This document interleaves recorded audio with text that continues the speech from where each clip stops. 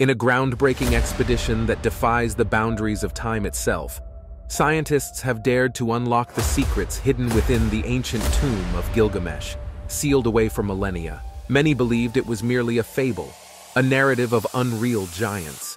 A groundbreaking discovery in an Iraqi tomb challenges this assumption. Archaeologists have stumbled upon what could authenticate the colossal Gilgamesh, described by the Sumerians as an ethereal humanoid spirit. The questions now echo through time. Where in Iraq did this tomb emerge, holding secrets sealed for millennia? What revelations lie within its ancient confines? Join us in this video as we embark on an archaeological adventure, unraveling how scientists finally opened the tomb of Gilgamesh that was sealed for thousands of years. Gilgamesh's Odyssey, from tyranny to triumph. In the heart of ancient Mesopotamia, a tale unfolded that transcended the ages. The epic story of Gilgamesh, a once tyrannical ruler whose journey from arrogance to heroism sets the stage for an unforgettable adventure. His story began in a realm of ceaseless building projects and the domineering assertion of rights over newlywed brides. However, it was Gilgamesh's hubris that became the catalyst for the extraordinary events that followed. In response to the suffering of the people under Gilgamesh's tyrannical reign, the gods craft a wild man named Enkidu, designed to be Gilgamesh's equal in strength. Yet what unfolded was an unexpected twist of fate, as the two adversaries became the closest of friends. With Enkidu's introduction to civilization and his deep bond with Gilgamesh, the duo embarked on a heroic quest that would shape the destiny of their world. Their first grand adventure took them into the heart of the Cedar Forest, a realm protected by Hanara, a fearsome and monstrous demigod. Hanara, with a visage that strikes terror into the bravest hearts, stood as the guardian of the sacred cedar trees, precious treasures in ancient Mesopotamia. Despite ominous warnings about Hanara's colossal power and the dire consequences of trespassing into the sacred forest, Gilgamesh and Enkidu, driven by the former's insatiable desire for fame and glory, decided to challenge the formidable demigod. Armed with Gilgamesh's unparalleled strength, unwavering determination, and the divine aid of the sun god Shamash, the duo confronted Hanara in an epic battle. The clash was nothing short of intense, a spectacle that captivated both the mortal realm and the divine pantheon. Against all odds, Gilgamesh emerged victorious, slaying the monstrous guardian and further solidifying his reputation as a formidable warrior. This pivotal moment not only elevates Gilgamesh's stature, but also draws the gaze of the gods. It was a turning point in the epic, marking the beginning of Gilgamesh's adventures beyond the confines of his kingdom. The act of defeating Hanara showcased not just Gilgamesh's physical prowess, but also his courage in the face of seemingly insurmountable challenges. As the echoes of their triumph reverberated through the land, Gilgamesh and Enkidu stood at the threshold of a new chapter in their adventure. Little do they know that their journey will take them to uncharted territories, testing not only their strength, but also their resilience, friendship, and the very fabric of their existence. In the grand records of Gilgamesh's story, the defeat of Hanara served as a beacon, illuminating the path ahead. It beckoned readers and listeners alike to join the duo on a captivating adventure where the boundaries between gods and mortals blur, and the true essence of heroism is unveiled. The tale of Gilgamesh's adventure, born from tyranny, unfolds with each step, promising a narrative that will etch itself into the records of epic literature for generations to come. A clash of mortality and divine desire. An amazing episode unfolded, adding another layer to the intricate narrative in the vast tread of the Epic of Gilgamesh. This pivotal moment centered around Gilgamesh's encounter with the captivating goddess Ishtar, a deity of love, beauty, fertility, and war. The goddess, smitten by Gilgamesh's presence, extended a proposition that could alter the course of his destiny, to become her groom. At first glance, Ishtar's proposal seems like an extraordinary opportunity, laden with promises of power and divine favor. However, Gilgamesh, the formidable king of Uruk, emerged as a beacon of independence and defiance. In a display of unwavering resolve, he rejected Ishtar's advances, refusing to succumb to the fascination of her divine charms. This rejection reverberated through the narrative, underscoring Gilgamesh's steadfast nature and his refusal to be manipulated by celestial forces, even when presented with the temptation of unimaginable power and wealth. His response to Ishtar was not merely a rejection, but a bold proclamation of his autonomy, a declaration declaration that he would not be swayed by external forces, divine or otherwise. In his refusal, Gilgamesh did not shy away from reminding Ishtar of the tragic fates that befell her previous lovers. He pointed out the dire consequences that awaited those who became entangled in her amorous pursuits. This fearless confrontation added a layer of complexity to Gilgamesh's character, revealing a leader who was unafraid to challenge even the divine, a trait that set the stage for the exploration of profound themes within the epic. Ishtar, accustomed to adoration and unquestioning acceptance, was incensed by Gilgamesh's rejection. The goddess of love and war found herself humiliated and disrespected, emotions that fueled her wrath. In a vengeful act, she decided to unleash the Bull of Heaven upon the city of Uruk, a very large and devastating creature sent to bring destruction in its wake. The Bull of Heaven, a celestial beast sent by Ishtar, descended upon Uruk with a ferocity that threatened to engulf the city in chaos and despair. However, in a remarkable display of unity and strength, Gilgamesh and his loyal companion Enkidu joined forces to confront this formidable foe. Together they managed to slay the celestial beast, thwarting the imminent catastrophe and further cementing their status as legendary figures. While the victory against the Bull of Heaven was evidence of the prowess of Gilgamesh and Enkidu, it incurred the wrath of the gods. The celestial balance was disrupted and consequences unfolded that reached beyond the immediate triumph. The rejection of Ishtar, seemingly a singular act of defiance, set in motion a chain of events that will shape the destinies of both Gilgamesh and Enkidu. The rejection of divine advances served as a poignant juncture in the narrative, opening the door to profound explorations of themes that resonated with the human experience. The epic delved into the fragility of human mortality, the implications of divine intervention, and the far-reaching consequences of one's actions. In the rejection of Ishtar, Gilgamesh emerged not only as a mighty king,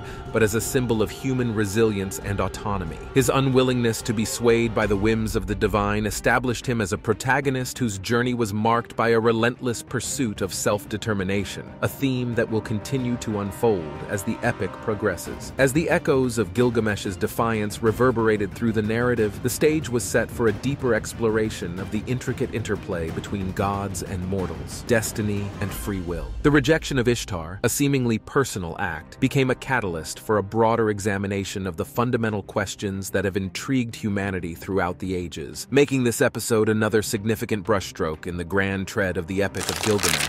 Gilgamesh's quest for immortality.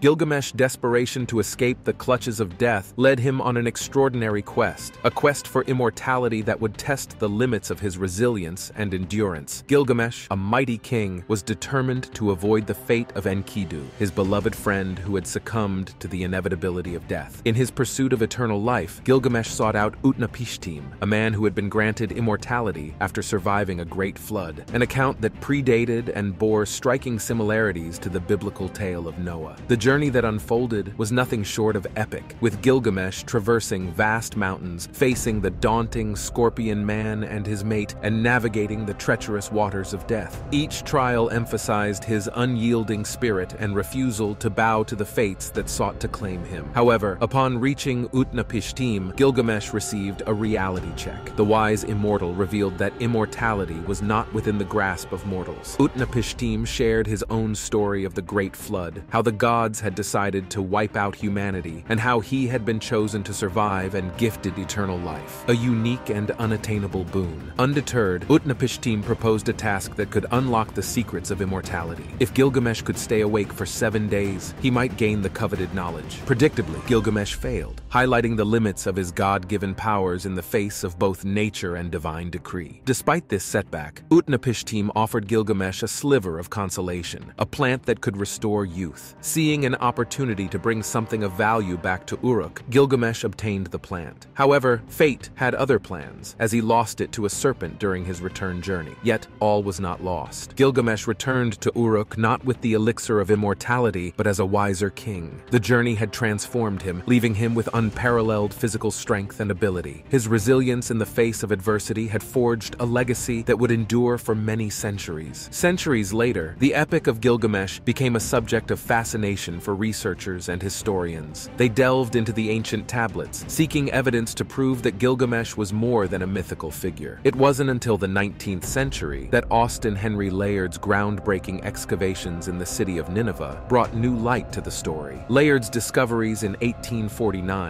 uncovered not only the grandeur of the Assyrian civilization, but also a wealth of artifacts and inscriptions pointing to a profound literary culture. Among these treasures were the libraries of Ashurbanipal, the last significant king of the Assyrian Empire. Preserved in cuneiform tablets for millennia, these tablets held the key to understanding Assyrian culture, including their religious beliefs, laws, and literature. Layard's excavation was pivotal, as it unearthed a trove of knowledge that shed light on the ancient past. The tablets not only provided insight into Gilgamesh's journey, but also offered a glimpse into the rich tapestry of Assyrian civilization. In the end, Gilgamesh's quest for immortality may not have yielded the elixir he sought, but the journey itself became the catalyst for his transformation. The tale of Gilgamesh, engraved in cuneiform tablets, continues to captivate minds and hearts, reminding us that the pursuit of the extraordinary often leads to unexpected discoveries and enduring wisdom. The Epic of Gilgamesh reveals Mesopotamia's mysteries. Fragments whispered secrets about Gilgamesh, a Sumerian king, and his friend Enkidu in the quiet nooks of ancient libraries. These ancient stories, etched in Akkadian, the language of great empires, were not complete tales but fragments found in Ashurbanipal's library. These bits and pieces held a captivating part, the flood narrative, much like Noah's Ark. This discovery set off academic fireworks, suggesting links between myths across different cultures. It was not just a history lesson. It hinted at shared religious traditions, weaving a tapestry of connected beliefs. The journey of these artifacts, especially the Gilgamesh fragments, took them to the British Museum in London after being unearthed. This museum, a treasure trove of Assyrian wonders, became a magnet for knowledge seekers, pulling them into the heart of ancient civilization. The findings triggered a rebirth in Mesopotamian archaeology, with countries globally launching expeditions to dig up more secrets. At the British Museum, the tablets underwent careful examination, preservation, and display. Today, they stand as tangible links to our ancient past, drawing in visitors with a passion for civilizations long gone. The museum, a hub of Assyrian artifacts, teamed up with scholars worldwide, deepening our understanding of the Mesopotamian world through research and translation. The Epic of Gilgamesh, stitched together from these fragments and subsequent explorations, went beyond language barriers, finding its way into countless tongues. More than a literary masterpiece, the epic offered profound glimpses into the human journey, friendship, the universal fear of death, and the timeless pursuit of meaning and immortality. It wasn't just a story from the past. It resonated with the core of what it means to be human. As these tales unfolded, they became a bridge between people separated by time and space. The Gilgamesh fragments weren't just remnants of a forgotten era. They were keys unlocking doors to shared human experiences. The story of Gilgamesh and Enkidu, once confined to the dusty corners of ancient texts, now echoed through the halls of modern museums, connecting us to the struggles and triumphs of those who lived eons ago. The journey of these fragments wasn't just a physical one from the excavation site to the museum. It was a journey through time, resurrecting a piece of our collective heritage. It ignited a spark that fueled a global curiosity about our roots, prompting us to dig deeper, both in the soil and in our understanding of ourselves. In the simplicity of these fragments, a profound story emerged, one that continues to captivate and unite us, transcending the boundaries of language, culture, and time. The Epic of Gilgamesh, pieced together from the fragments of the past, remained timeless evidence of the enduring quest for knowledge, connection, and the essence of what it means to be human. George Smith's Odyssey through Cuneiform. There existed a treasure trove of cuneiform inscriptions, the vast realm of ancient writings. Among these, Sir Austen Henry Layard made significant discoveries in Nineveh, the capital of the Assyrian Empire. However, it was not Layard, but another figure, George Smith, born in London in 1840, who would unravel the mysteries hidden within these ancient scripts and bring to light the Epic of Gilgamesh, forever altering our understanding of Mesopotamian civilization and its ties to biblical traditions. Smith's journey journey into the world of ancient languages and history began humbly. Raised in a working-class family, he had a meager formal education. At the age of 14, he embarked on an apprenticeship in a publishing house specializing in engraving banknotes. Yet, amidst the mundane world of banknotes, a fervor for languages and history burned within him. During his spare hours, Smith delved into the intricate realms of Egyptian hieroglyphs, Greek, Hebrew, and cuneiform, the wedge-shaped script of ancient Mesopotamia. Cuneiform, specifically the cuneiform tablets excavated by Layard and others in Nineveh, provided the raw material for Smith's groundbreaking work. These clay tablets, etched with wedge-shaped signs, awaited deciphering in the British Museum, forming immense piles of potential knowledge. Smith, drawn to these ancient tablets like a moth to a flame, spent his lunch hours studying publications on cuneiform. His dedication did not go unnoticed, and he forged connections with influential figures like Samuel Birch, the director of the Department of Antiquities, and Sir Henry Rawlinson, a leading Assyriologist. In 1870, Rawlinson recognized Smith's exceptional talent and promptly enlisted him as an assistant in the Assyriology department. Smith's initiation into the world of ancient texts marked the beginning of a remarkable journey. His first breakthrough came in 1872 when he stumbled upon a fragment of a tablet containing a flood story remarkably similar to the biblical account in Genesis. This discovery, revealing an ancient Babylonian version predating the Hebrew narrative, shook the scholarly and public spheres. In a moment that would echo through the ages, Smith published his findings in a book titled The Chaldean Account of Genesis. This work ignited a sensation among scholars and the public alike. Taking the stage at the Society of Biblical Archaeology, Smith theatrically read his translation of the flood story, leaving the audience awestruck. With a dramatic flourish, he exclaimed, "I am the first man to read that after more than 2,000 years of oblivion." Smith's revelation triggered a renewed interest in the Epic of Gilgamesh, the broader context of the flood story. Eager to unveil more fragments and complete his translation, Smith secured funding from the Daily Telegraph for an expedition to Nineveh in 1873. There, he unearthed additional pieces of the puzzle, including the crucial tablet known as the Epic of Atrahasis, containing the majority of the flood story. Other tablets he discovered bore stories that mirrored or influenced biblical narratives, such as the creation of man from clay, the temptation by a serpent, and the Tower of Babel. Returning to England with these precious artifacts, Smith continued his scholarly pursuits. Articles and books flowed from his pen, contributing to the growing body of knowledge on the Epic of Gilgamesh. Eager for more discoveries, he planned a second expedition to Nineveh in 1876. Unfortunately, fate intervened tragically. Smith's life was cut short by illness in Aleppo, Syria during his second expedition. At the age of 36, he succumbed to center, leaving behind a legacy that transcended the brevity of his years. Smith's work not only uncovered the Epic of Gilgamesh, but also revealed striking parallels between it and the biblical story of Noah's flood. In both narratives, the flood is not a mere act of nature, but a deliberate decision by the gods or God. Despite his untimely demise, George Smith's contributions to the understanding of ancient civilizations and their connections with biblical traditions remained etched in the records of history. The parallel tales of cataclysm, survival, and Gilgamesh's tomb.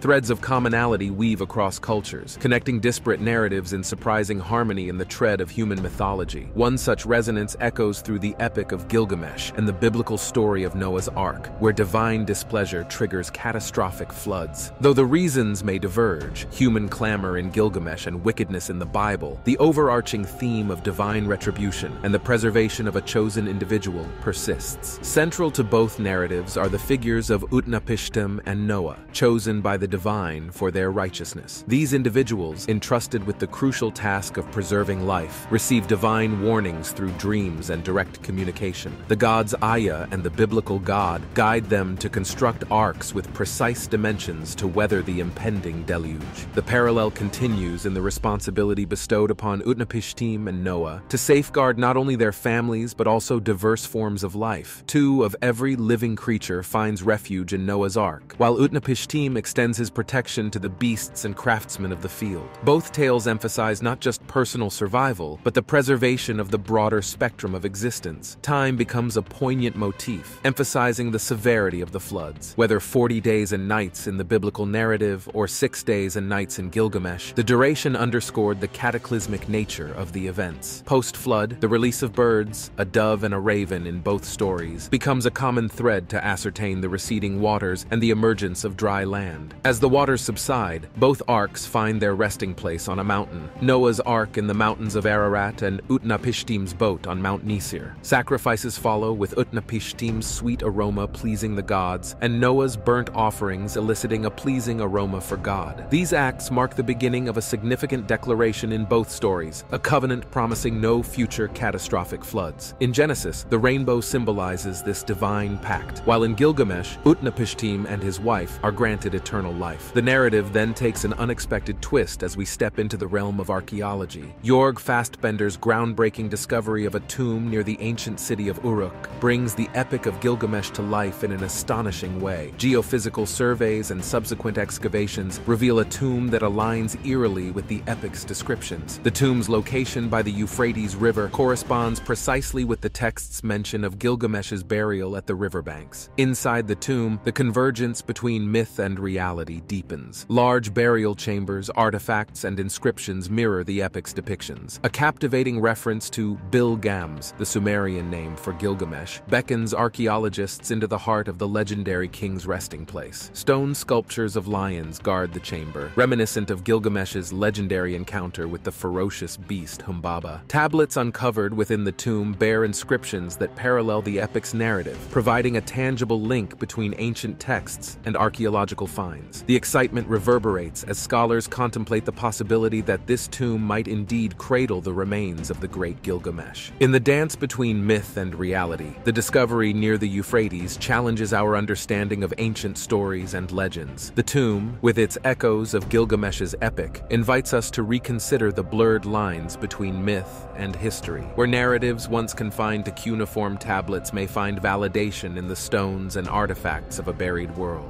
Now, it's time for today's subscriber pick. In a breathtaking archaeological breakthrough, scientists finally opened the Tomb of Gilgamesh, which was sealed for thousands of years. This archaeological marvel promises to unveil secrets that have long captivated the imaginations of historians and enthusiasts alike. Gilgamesh, a legendary king of the Sumerian city-state of Uruk, was immortalized in the epic poem named after him. For centuries, the location of his tomb remained a mystery, shrouded in the sands of time. Now, the momentous unsealing has brought us face to face with the relics of a bygone era. The tomb, meticulously sealed with layers of clay and stone, served as a time capsule preserving the remnants of Gilgamesh's reign. As the archaeologists delicately removed the final layers, they uncovered a trove of artifacts that paint a vivid picture of life in ancient Mesopotamia. Intricately carved sculptures, cuneiform tablets, and precious jewels adorned the burial chamber, hinting at the grandeur that surrounded Gilgamesh in life and death. Perhaps the most astonishing find was a series of tablets bearing an uncanny resemblance to the epic poem itself. These tablets could be the missing pieces to the puzzle, providing fresh insights into the legendary tales of Gilgamesh's adventures, his encounters with gods, and his quest for immortality. Imagine holding in your hands the very words that echoed through the corridors of time, bridging the gap between myth and reality. The scientific community is abuzz with excitement as they meticulously analyze the contents of the tomb. Each discovery opens a window into a civilization long lost but not forgotten. The implications of this find extend beyond mere historical curiosity. They challenge our understanding of ancient societies and the cultural tapestry that laid the foundations for human civilization. As the world eagerly awaits the revelations from Gilgamesh's tomb, one cannot help but marvel at the resilience of human curiosity. The unsealing of this ancient resting place not only brought Gilgamesh back to life in our collective consciousness, but also underscored the inexhaustible quest for knowledge that united us across the ages. What do you think about what we just showed you?